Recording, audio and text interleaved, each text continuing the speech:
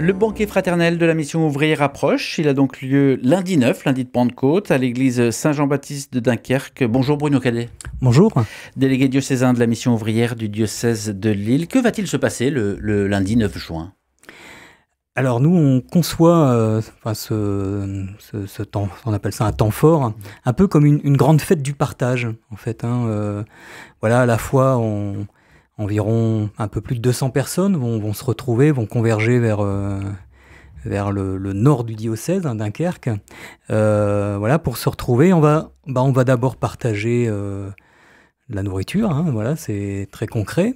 Mais aussi, c'est aussi une occasion pour nous de partager un certain nombre de réalités, nos vies, nos engagements, nos difficultés aussi, nos luttes, nos combats. Voilà, il y aura toute une série de témoignages qui vont encadrer ces différents. Bon, finalement, on appelle ça un banquet fraternel, mais on va manger, on va pas faire que manger, quoi. On va aussi témoigner, échanger, etc. Mais partager pour faire quoi ? On comprend que le partage de la nourriture, ce sera évidemment pour passer un bon moment presque gastronomique, mais partager aussi des expériences pour en faire quoi ? L'idée, c'est surtout de montrer que le fait d'être engagé dans un certain nombre de réalités en mission ouvrière, ça permet de dépasser un certain nombre de difficultés, de pouvoir s'engager, de ne pas désespérer dans un monde qui est de plus en plus compliqué, mais aussi de montrer que à travers sa mission ouvrière, l'Église, elle est sensible aux réalités des personnes de milieux populaires, des personnes du monde ouvrier, des personnes les plus modestes. Je vais prendre un exemple. Parmi les témoignages, il y aura notamment ceux de jeunes de la jeunesse ouvrière chrétienne qui est engagée dans une campagne d'année qui s'appelle Jeunesse aux 1000 visages, et qui cible notamment la question de la santé des jeunes, qui est aujourd'hui très préoccupante, notamment la santé psychique. Et les jeunes de la JOC qui participeront au banquet, ils témoigneront d'un certain nombre de rencontres qu'ils ont eues avec ces jeunes, de ce qu'ils appellent des allées verts. Voilà. Donc ça va être l'occasion notamment de témoigner de cela, quoi.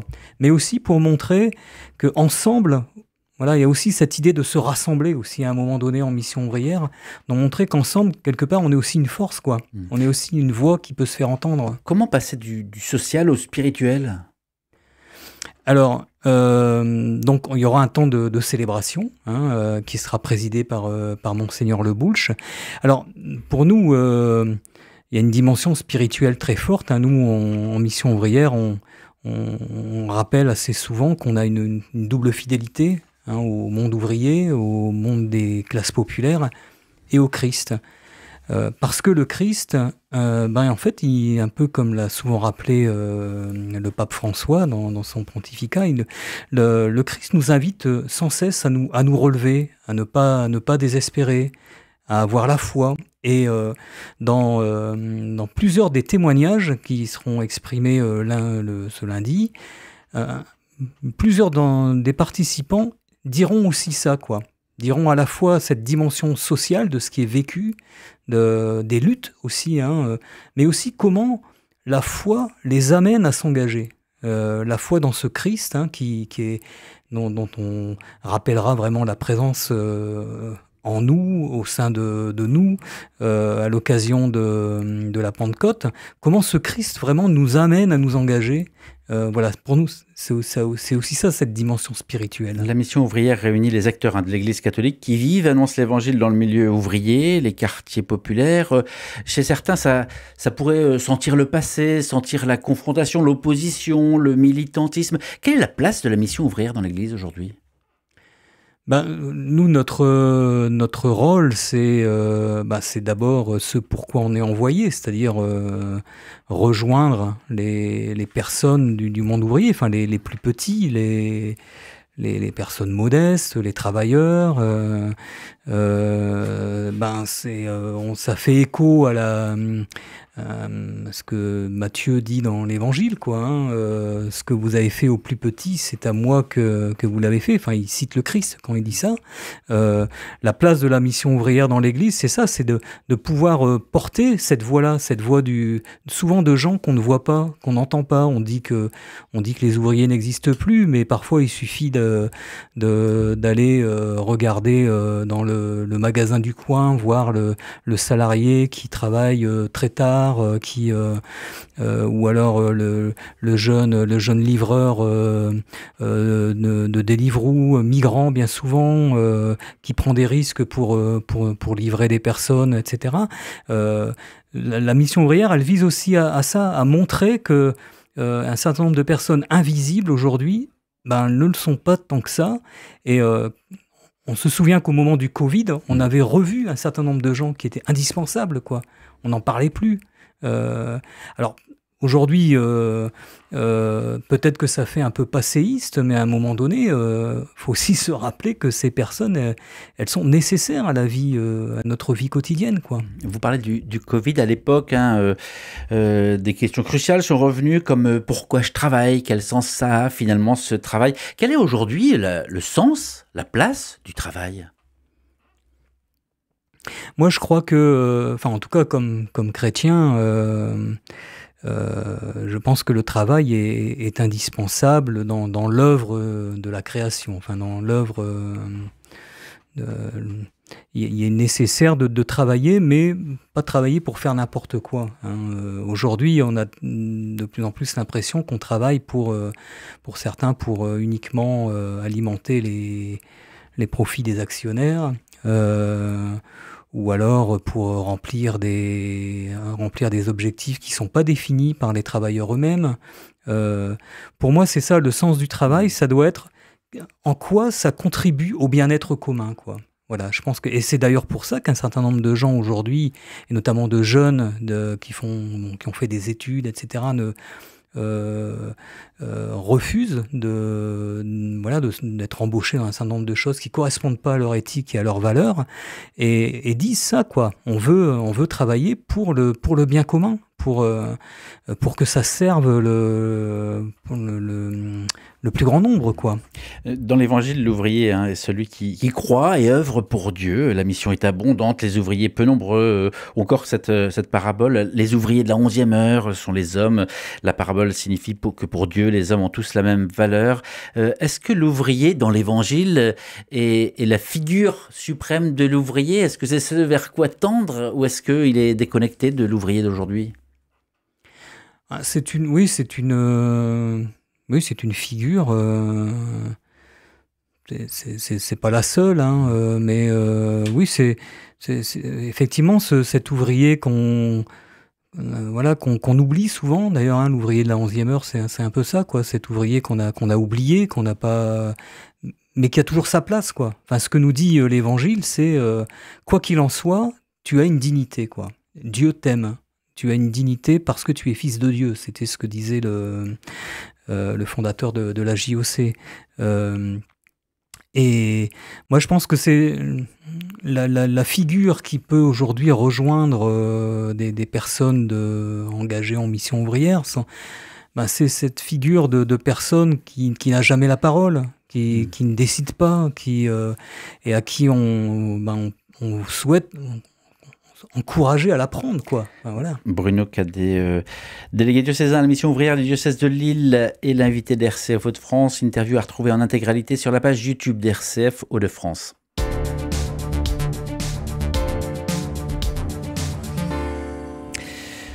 Bruno Cadet, j'ai vu que vous militiez pour, réhumaniser le monde du travail, remettre du sens, c'est ce que vous venez de dire à l'instant, pour de bonnes conditions de travail finalement à ceux qui œuvrent au quotidien. Mais est-ce que vous n'avez pas l'impression de vider l'océan à la petite cuillère, ou que ce soit juste une petite goutte d'eau ?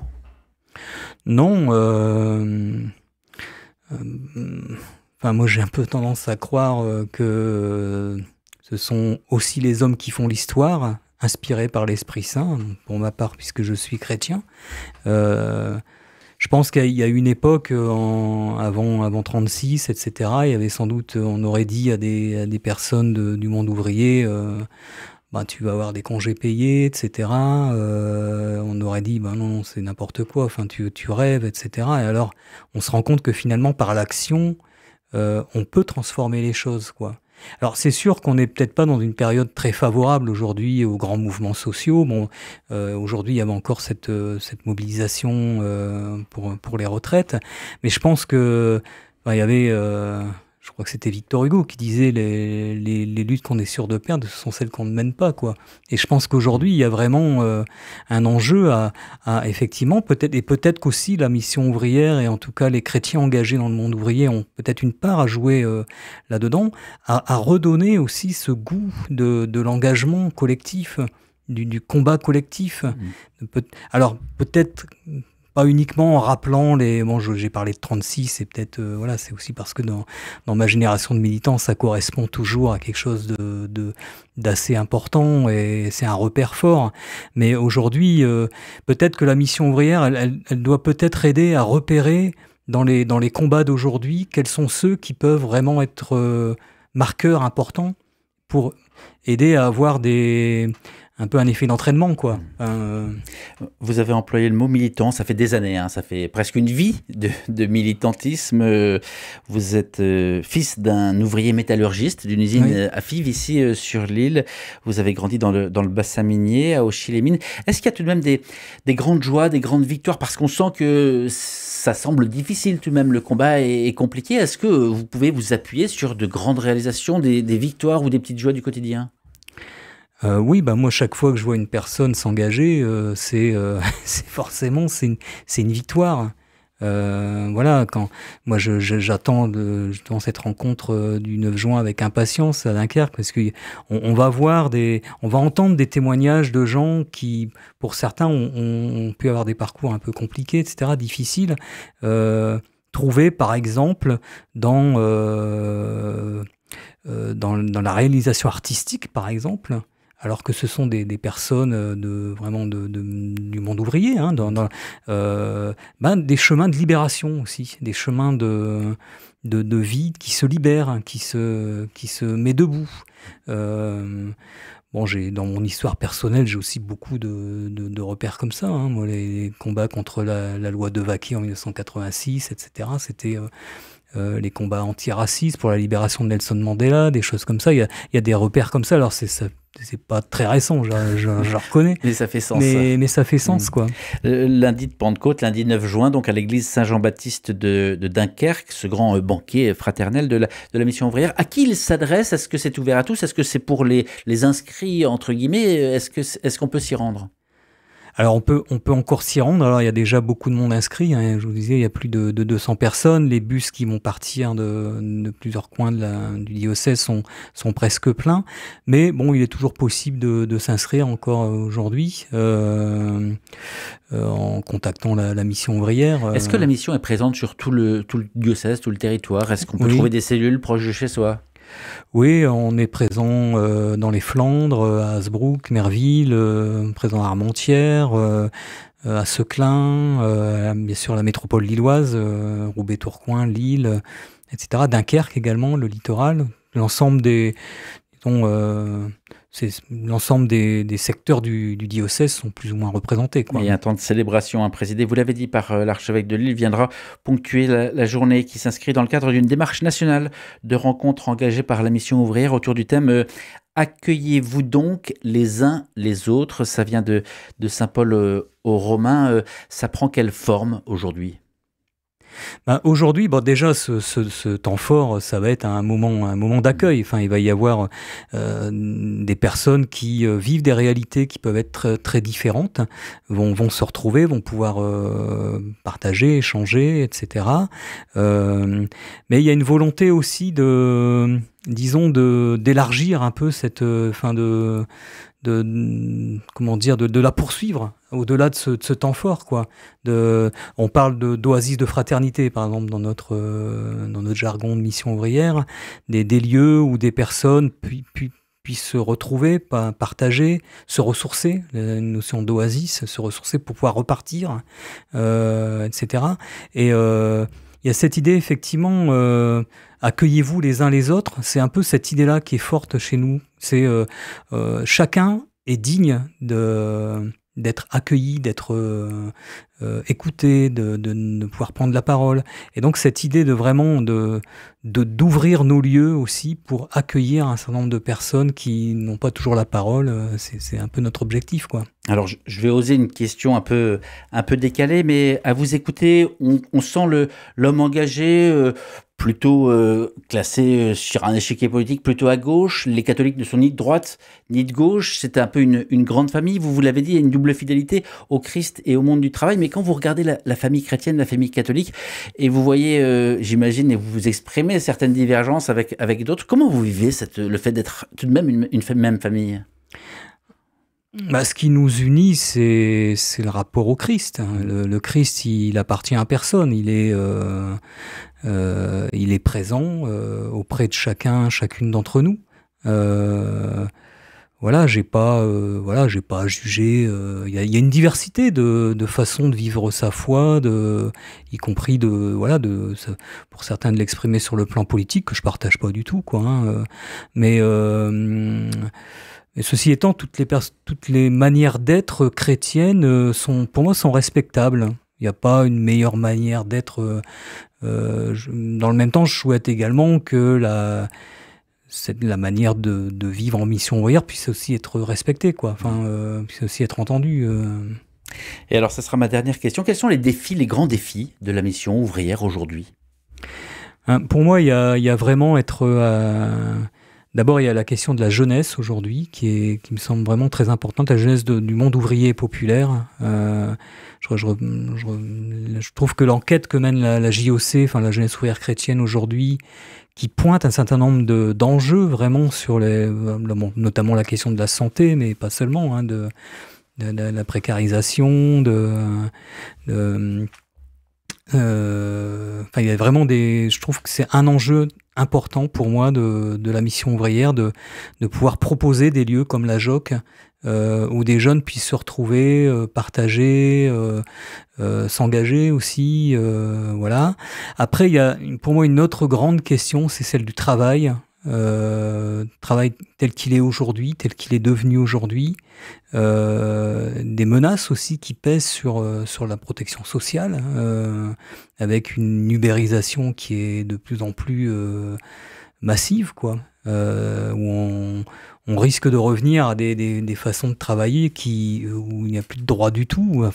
D'ailleurs, c'est déjà le cas dans un certain nombre de réalités. C'est pas seulement un risque, c'est déjà une réalité, mais si on ne stoppe pas ça, et si on n'est pas à l'écoute aussi de ce qui est vécu aujourd'hui par les personnes qui sont au travail, on perd beaucoup de choses, quoi. Merci beaucoup Bruno Cadet, délégué diocésain à la mission ouvrière du diocèse de Lille, d'être venu dans ce studio. Merci. L'interview va être à retrouver en intégralité sur la page YouTube d'RCF Hauts-de-France ou sur le site rcf.fr Région Hauts-de-France.